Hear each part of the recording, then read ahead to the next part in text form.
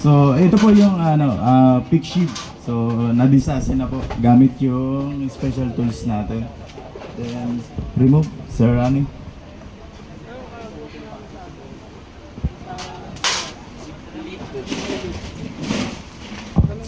Ito naman po yung special tools para gagamitin po para i-remove yung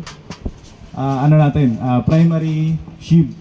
So kaya po ginagamitan ng special tools para hindi po matapon yung molykote grease na sa loob ng primary sheave AC. Then para hindi po ma-worn out yung oil seal kasi may oil seal po dun sa O-ring. Sorry. Yung O-ring dun sa loob. Kasi pag ni-remove po natin na walang cover, pwede po siyang ma-damage yung O-ring dun sa loob ng collar. So, ito po yung sample kung paano siya i-remove.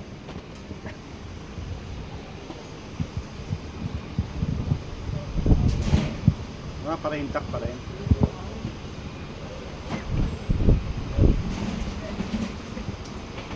So, hindi natapon yung mga liquid. hindi po natapon yung molykote kasi may iwan yung white na plastic na part ng special tools natin. So, yung lahat po naman ng special tools na is available sa lahat ng trade shop. Hindi po nabibili ha. Akala ko nabibili. Kapag sa maintenance po yun. Akala ko pwede pili. Then, wait. Sa pag pag CVT cleaning, so may part na pwedeng hindi na i-remove, depende po dun sa inyong request o scenario, o pwedeng i-spray nyo doon, lilinisin nyo yung part ng CVT. Then, ito naman po sa secondary, same lang siya nung ating previous na scooter. So, ito po ang nagbago lang dito is yung may sensor sa rotation po, sa secondary sensor. Then dito naman sa primary sheave, ito po yung pinaka nagbago talaga sa YCVT model. So i-demo po namin kung halimbawa nag-dis-AC or AC C3S po or nag-dis-AC po ng primary sheave. Then during dis-AC po, kailangan po siyang i-initialize kapag bago siya ibalik. After ng cleaning, kailangan pag ibabalik na yung primary sheave natin, ito pong sliding screw, itong malaki na po ito, may portion po siya talaga na after na umandar, kapag nag-turn off kayo, yung big screw is nakalabas. So ito po is ginamit lang sa demo, kaya nakalubog po. Ito yung nasa origin position.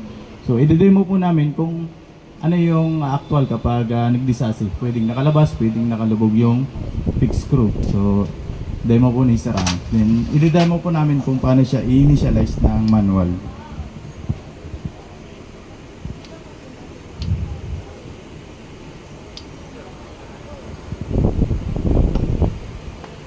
So, para ma-access po yung manual initializing, kailangan pong i-remove yung cap, then yung YCVT motor.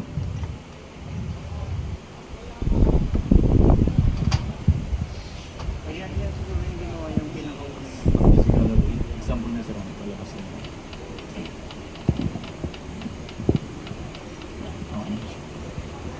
Ito po yung example na wala siya sa origin position. So after ng cleaning, so para ma-reset natin siya sa manual initializing, so gagamitan lang po ng finger lang po dapat yung pag-rotate clockwise para mabalik siya sa origin position.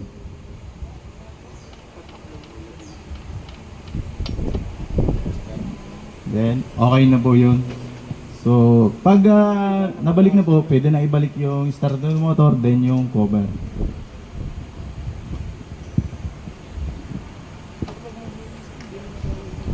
Ay, YCVT motor pala, sorry.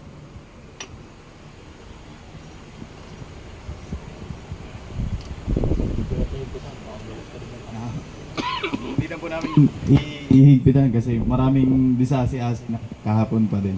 So, finger lang po. Pero ang torque value niya is 15 Newton meter. Kung familiar kayo sa mga torque wrench.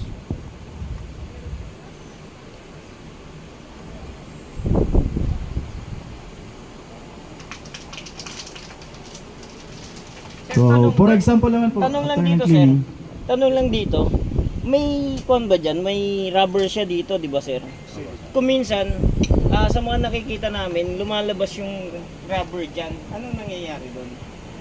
Yung molikot grease ah. Hindi, O itong seal. Parang oil seal niya na ganyan, no? Parang o-ring niya. May lumalabas pagka pinapagawa nila, lumalabas yun. Or bago Worn nila out, ipagawa, na-worn out o sa... Parang nag-expand. Paano po siya na-encounter? During disasi na? After disasi? Or Hindi, habang tumatakbo yung... habang tumatakbo? Ako na lang pagbukas. Tapos pagbukas nila, ganun na yung kwan, nakita na yung o-ring dyan, nakaangat na ganun, hindi na siya naka-seal na ganun na talaga. sa pag nakaangat po ba yung oil seal is may naglilik po ba or wala naman? Hindi ko lang sure sir kung may nag-leak, pero may nakaangat na dito sa part na to, may nakaganon ng oil seal. Hindi na siya nakabilog na ganun. So, anong cost po nung ganun? Sir, possible yun, nagalaw na sir. Parang Nagalaw na yung motor. Napakailaman. Kasi sir, hindi po basta-basta matatanggal yung oil seal na yan kapag ka po, ano lang, sa galaw lang ng cola. Hindi po siya basta-basta matatanggal. So possible sir, baka po yun yung nagalaw na. Siguro hindi yun sa akin eh, pero may nakita lang kasi akong ganun na ganun yung nangyari. Kaya ang problema ng yan. Tapos, bala ko ng tanong, kasi ang ano niya, bumili ka raw, ASI. Assembly, So, 11,000. consumable kasi ang ano ang pulley. Oh. Sa standard lang, 3 years, pwede ka na magpalit kasi wala nang hatak eh. Yan ang concern namin sa ano, Yung oil seal. Pwede ba natin nagagawa? kasi 11.5 daw yan. 11 Oh, 11 something. Ano ito sir? Nung ano ba yun? Ano yan, kumbaga ginagamit niya, tumagas lang. Yung pinilinis ko. Kasi sa picture sir, lumabas yung o-ring. Oh, yung o-ring nga, may O-ring lumabas. gumanon yung o-ring. May lumabas na portion eh. Kaya hindi rin natin sabi sir, baka Depende nagalaw sa pagkalas sir. Or, Tapos pagka kuan, buo yan, Oo, buo yun yung nga. bibilin mo, Hindi ba 11K. Palitan lang yung nasa loob. Oo, hindi ba pwede Di ba ba kaya- doon? pagdating man sir, Sa ngayon sir, wala po available ng oil seal. Ayun nga. Baka po. Oh, Yun nga yung masakit dun eh. Yun ang sabi ni kasi nila, lahat ng parts available. Available nga po sir, pero sa parts catalog po kasi sir. Kasama. Assembly, kaya Isang set. nga ang sakit eh. Ang Pero sakit. kino-coordinate na po yan sir na magkaroon na available na oil seal lang. Oo, dapat sir, para syempre kahit naman sino, kung sasabihin, mag-standard na lang ako, kasi standard, bibili lang ako ng pulley. Magkano Ayun. lang yung pulley? Di kaya Set sir sa ano, sa ginagamit na panlinis, tulad ng gas, ganyan. Kasi yung iba, di ba, nagkaka-expand Possible pa. sir. Kung Nagiging cost ng kaya, sir, pag-expand ng mga Hindi ano. natin alam nga kung ano na yung history niyan eh. Ang kwan pa sir, kasi nagpalinis ako ng CBT ko sa 3S din sa motor trade. Ang ginawa, kumuha siya ng gasolina dun sa tangke ko. Yun yung pinanlinis niyang ganyan. Tapos saka nung nalinis na, saka niya ginamitan ng CBT cleaner. Correct po ba yun?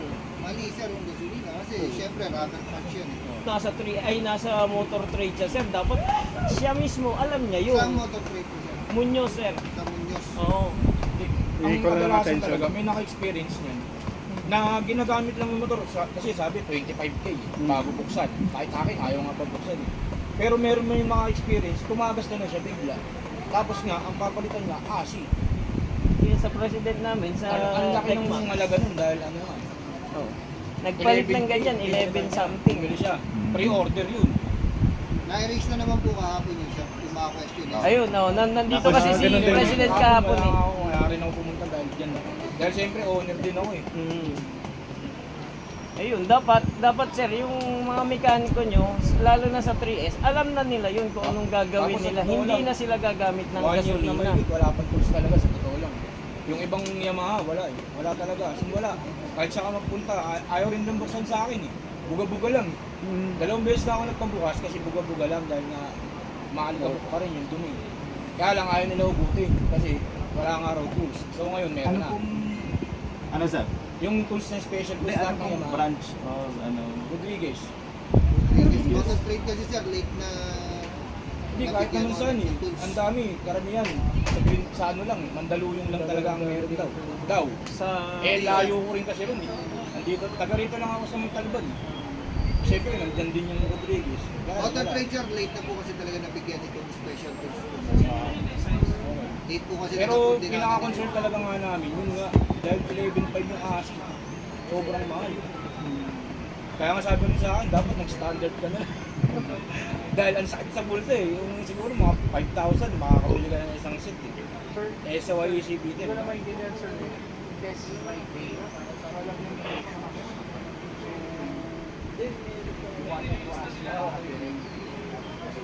Hindi, yun nga po yung tinatanong nga rin ng iba. Hindi naman po ako nagko-complain, nagtatanong po nga ako kami. Tinatanong namin sir Dahil sa Yamaha po para sila. kasi Yamaha user ay Techmax user na po kami. So yun sir, doon sa question nyo sir sa oil seal, so far sir, may pyesa po kung may pyesa. Kaya lang sir, kung specific po ng oil seal lang, assembly po siya po. So kino-coordinate naman po yun na magkaroon ng Pero oil seal yun lang. nga, meron talagang sakali. Alin po? Yung sa ano nga, pag halimbawa may nasira na oil seal o meron naman. Yun nga po, kino-coordinate pa sir po Okay. kayo sa ibang bansa niyan para makapag-provide po ng oil seal lang. Yun lang yung inaano namin kasi nga, assembly, di ba? Yun lang, salamat kung gano'n. Meron. Hindi pa sir meron. Kino-coordinate po magkaroon ng oil seal. Para hindi na po ASI ang bibilihin nyo. Yun. Na, Yun yung magandang balita rin. po. Okay, thank you. So, that's all po. Maliwanag po ba?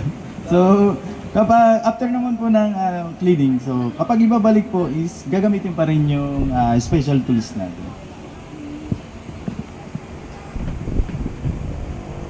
Bibigyan ng special. Para may hirap na lang.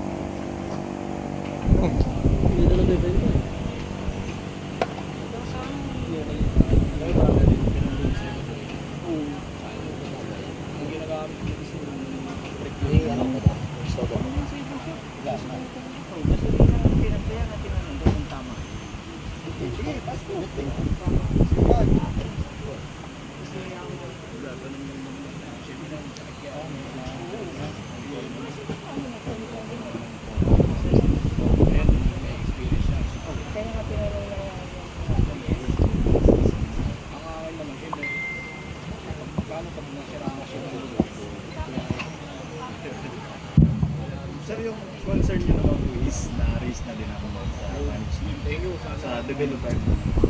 Kasi been coordinated po yun sa supply. Kasi kung nagti-training sila sir, alam nila na hindi pwedeng gamitin yun. Pag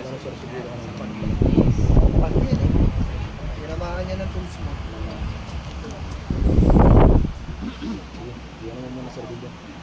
Wala na ba na yung ibang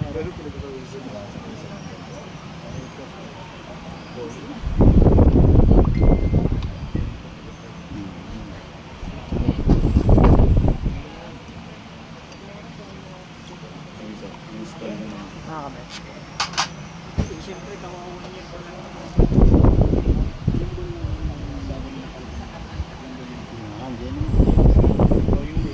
Yung pagkakaiba naman ng ano, dito lang. May ganyan ba? Walang sa'yo ganyan. Ha? May parang washer naman. Nakadikit na, nakano na.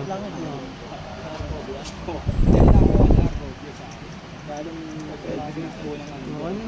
Ah, yung sa sambali. Pares na yun. Ito? Oo. Sabi mo, sayang.